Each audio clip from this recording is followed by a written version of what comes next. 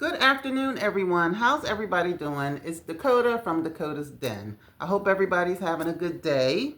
But I just thought I would come on and tell you just a few things today. I was just on 16 hours ago, and here I am again. But a few things have come up. Just a little bit about Diddy, the making of the bad boy, Mary J Blige, and MIA, who is a artist who worked for Rock Nation. Well, first on the docket is filing. Diddy's lawyers have filed another letter today, and we are not going to get into all this because it's just pointless, it's senseless. I know you're just as tired of it as I am, but we can just stay on the surface of the situation. So there's another filing, and the filing states that proof is needed to prove that Cassie was not a willing participant. So proof is needed to prove that Cassie was not a willing participant. And what the Diddy's lawyers are saying is that why is it that they always say that Cassie was coerced? That Cassie was not coerced. She definitely enjoyed what she was doing. And Diddy's lawyers are saying that the prosecution is just sexist. And that's all they have to go on. She was not coerced. That's it. Period. So that's the new filing for the Diddy case. Nothing for the Jay-Z case. I don't know what Jay-Z's doing. Spiro's quiet. Spiro is quiet. We don't know if he has something coming, something big, or is he just tired too? Because he got a lot of other things going on too. But I am glad that he is tired. Let that alley cat lie, because I don't want to see his face at least for another week.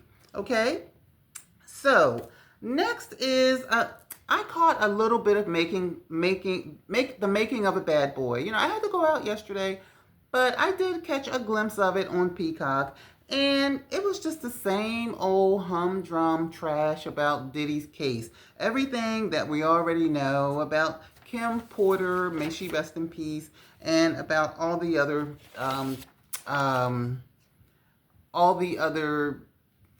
okay, no. Why am I getting all these scam? I swear to God, I got like 10 scam calls today. 10, maybe 12 of them. They must have got my number. But anyway, like I said, I caught some of the making of the band. It was just, if you didn't see it, you didn't miss anything. It was just nothing, zero, nothing. And one thing stood out, just one little thing. Okay, and this one little thing was gross. Okay, one young lady, she was in Making of the Band. Remember, Diddy had a show called Making of the Band. Well, one young lady by the name of Sarah Rivers, I think that's her pseudonym, Sarah Rivers. She was just talking a little bit about Diddy's attitude and how he would behave when he got mad. And she said that he said to her that, you make me so mad that I could eat your flesh. And she said that this is how mad he got, that he could actually eat somebody's flesh. So what is that saying for Diddy's character? I mean, he definitely needed anger management, or was it the Tucci that was making his mind go crazy, saying stupid stuff like that? Because it doesn't matter how mad I get at somebody or how mad I have gotten at someone, I never wanted to eat their flesh. To me, that's like weird. But out of the whole documentary, that was it. That was it. So I hope you didn't pay for it. If you missed it, you didn't miss anything. And I'm pretty sure you could probably catch it on YouTube at some point. You can catch everything on YouTube at some point. So, that was it. That was it about making in the band. It was just weird how angry, the things he would say when he got angry. So that's that. But what also was said in the documentary was that Diddy was bullied. When he was a younger boy, he was bullied, and that contributed to his behaviors now. That is BS. No. Listen, I was bullied when I was in elementary school. They used to call me olive oil. I'm 5'10" now. I think when I was in first grade, I was 5'10", and they used to call me olive oil, and that didn't make me want to beat people or grape people or eat people's flesh or do any of that stuff. So save that bullied for somebody else. because that's an argument that you cannot win in any court in the land. No, no, no. So that's it. That's all that's it with making of the band. Nothing. It was in my opinion, it was a waste of money. You know, I could have produced it myself with the knowledge I have in my head from the case. You probably could have too. So, that was it. You didn't miss anything. Okay, and next on the docket, now this is, I don't know what to say about this, y'all. Mary J Blige. Mary J Blige is one of the co-conspirators. She had been doing some interviews lately, and I have some clips for you.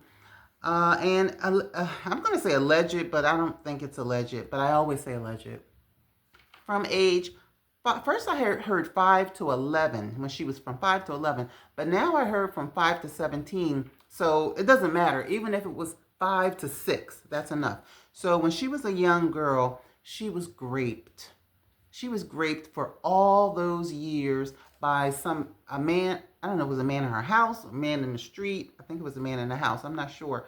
But she was raped all that time, and she had no one to turn to, because she said that all the other women around her were going through just as much hell as she was, the mothers and aunts and the older women. So she had nobody to turn to. She just had to endure the rape for all those years. She had to lay down and accept her fate with no mommy, nobody to protect her, no daddy, nobody to protect her from being raped for all those years. 5? So that's why she has this dark demeanor. Okay, now here are some clips of Mary J Blige. I was the little girl. I didn't dream anymore, especially when we became teenagers. It just got worse. So I said, I'm not going to let these people see me smiling too much. Matter of fact, they're never going to see me smiling. I never smiled when I was a teenager. People are just like suffering. And the men were so horrible towards women. I remember hearing women being beaten. My mother was one of those women.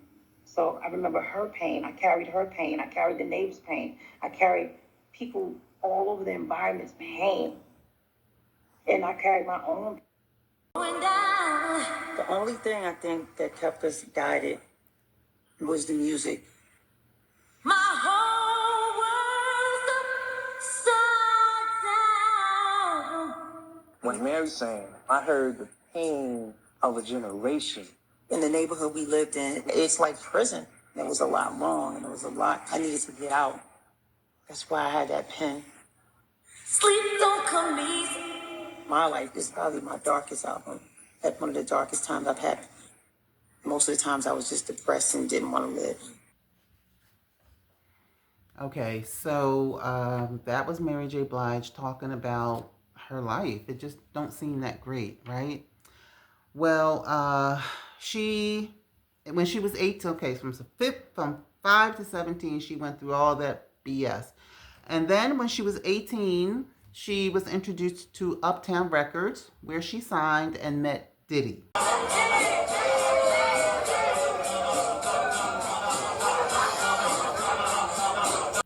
So this is where Diddy and Mary J Blige met. Check it. Okay, so when they met, Diddy had his own issues, okay? You know, he was bullied, as if anybody cares about that. But worse than that, he was raised, he didn't have a good role model. He had no role model. He had freak-offs, and they said that his mom was some kind of a madam, allegedly. I don't know, that's just what I heard, because it was all kind of men in the house with drinking and thugs and parties and whatever. So this is what I heard, and this is the home that Diddy was raised in. So imagine Diddy and Mary J Blige, they naturally became friends because broken people find broken people. Okay? Broken people find broken people. And they found each other in the music. They found each other in the music. But, and as we know from here, from there to here, the rest is history. Diddy has been going crazy with his shenanigans, and it looks like, this is alleged, it looks like Mary J Blige got caught up in the mess. Now, there's a man, at the time, his name is Danny Boy.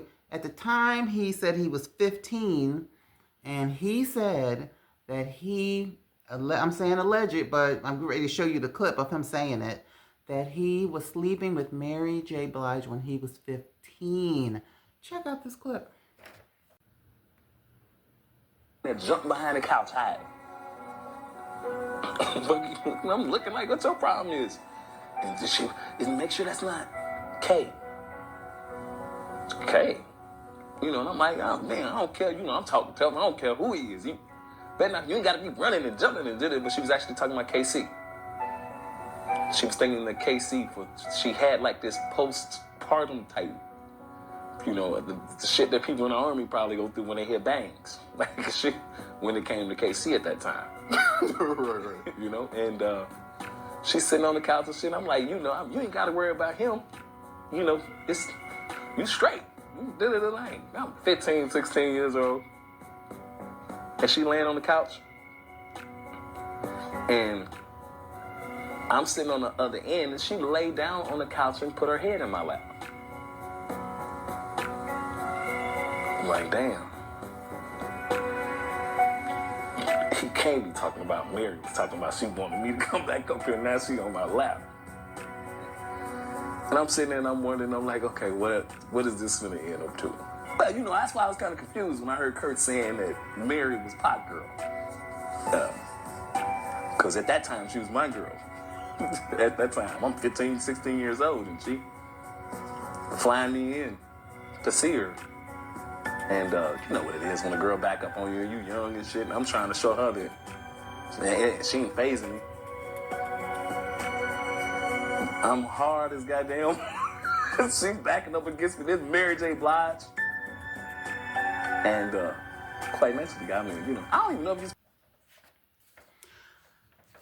Okay, that is what Danny Boy said. Do y'all believe him? Ooh, now Mary J Blige has to deal with the feds. Oh my God, now I know she's shaking in her boots. You got Mary shaking in her boots, you know, Usher, you know, Jay-Z shaking in his boots, and Diddy done did whatever. So that's the story with, that's why I had to come to you guys. It's with the Mary J Blige information. I just, you know, she's been through so much. No, it wasn't right to sleep with a 15-year-old child. No, it was not. No. You know, but I hope somehow she can make amends to him, you know, apologize to him, do what she have to do to, you know, accept what she did was wrong, and, you know, just find some common ground with him and be able to escape what, you know, Diddy and maybe Jay-Z and whoever else is going to be called in this case. I hope so, because Mary just don't deserve that. And I know some people say, listen, she needs to go down just like Diddy went down because of what she did. And, you know, I respect everybody's opinion. Everybody's entitled to their own opinion. But, you know, I just can't wrap my head around this one. It's going to take me a day or two to wrap my head around it. But, you know, that's the latest that's going on. And then did you guys see the fires are still burning in L.A.? I was looking at the news, and there were people actually taking fire hoses, trying to save their own houses, and then the fire would come up from behind a bush, and then I saw them run down the hill to try to get rid of the fires, and then thank God the helicopter came and was able to subdue some of the fire. It's just still a mess in LA as well. So everything is just going crazy. You guys notice, is there anything fun anymore? You know, that's why I turn on the TV sometimes and I watch Love Boat, I watch Fantasy Island, I watch Good Times, because sometimes, you know, you just need to get away from all of the nonsense. I don't know. I hope things get better. I really do. But I just wanted to bring that to you guys. I hope you enjoyed the video. Please, everyone, subscribe and give me a thumbs up. I would appreciate it, because you guys know that I'm a new channel and I am trying to grow. So thank you very much, and I will see you guys probably tomorrow. Okay, have a good night. Bye.